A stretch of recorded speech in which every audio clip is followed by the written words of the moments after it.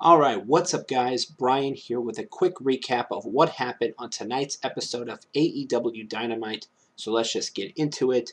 Hangman Adam Page and Matt Hardy defeated TH2 in tag team action.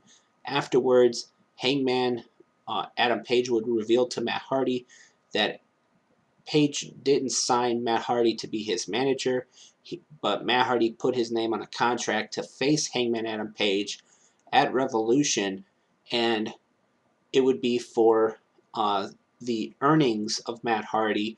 But then Hardy would turn around and say, "Well, you know what? You put your earnings up on the line, so if Matt Hardy beats Hangman Adam Page, he gets all of Hangman Adam Page's earnings from Q1 of 2021, and likewise Hangman Adam Page, if he beats Matt Hardy at Revolution, he gets all of Matt Hardy's earnings from Q1 of 2021. We heard from the Inner Circle, who talked about, who said that basically, this was Jericho that said that as far as Sammy Guevara is concerned and quitting the Inner Circle, he's dead to them and all that stuff. They also talked about Santana and Ortiz's opportunity at the tag team titles on tonight's episode. Riho made her return, defeating Serena Deeb in the first round of the AEW Women's Title Eliminator Tournament on the United States side. We had a training video for Shaq and Jade. They were training on a basketball court, shooting hoops, getting prepared obviously for their huge match coming up on March 3rd, where they're going to be taking on Cody and Red Velvet. So that was it for that. Orange Cassidy defeated Luther in one-on-one competition. We had a Team Taz and Sting segment in ring that would end with Brian Cage powerbombing Sting. Hold on. We would have Kenny Omega reading to a bunch of kindergartners from the Young Bucks' new book, Killing the Business. This segment would end with Michael Nakazawa, who is friends with Kenny Omega and kind of his helper or his assistant or whatever. Michael Nakazawa wound up getting his butt kicked by a bunch of kindergartners. We had for the AEW tag team titles, the Young Bucks retained over Santana and Ortiz. Afterwards, they would be beat down by the other members of the Inner Circle. And then Gallows and Anderson made the save.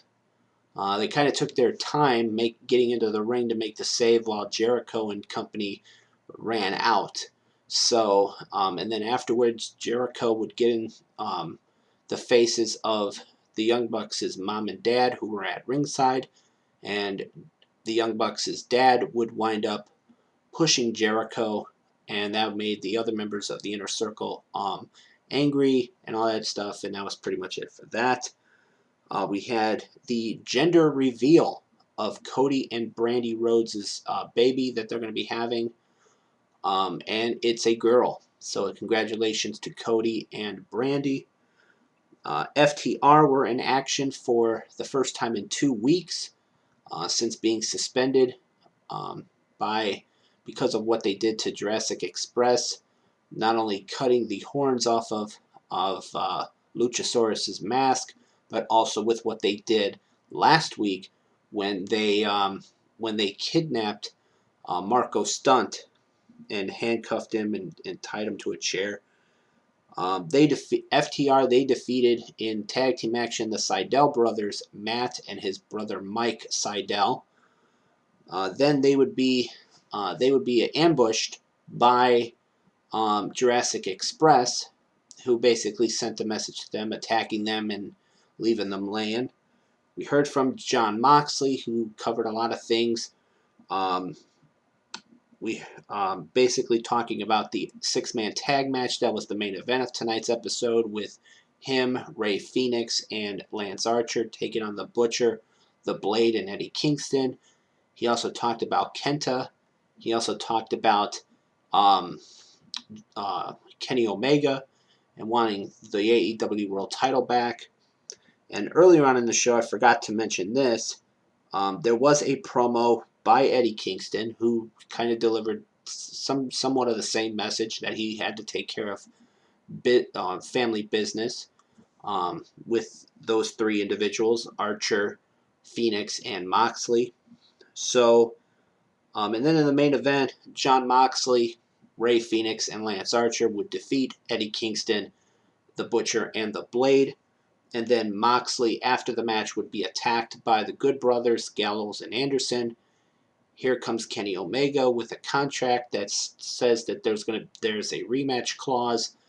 So he then challenges Moxley to a match at Revolution. He says he'll give him his world title rematch, but it's going to be under his rules, and his rules are going to be an exploding barbed wire death match.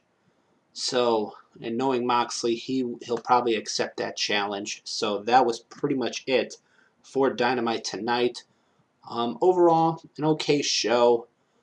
They announced a couple of matches for next week.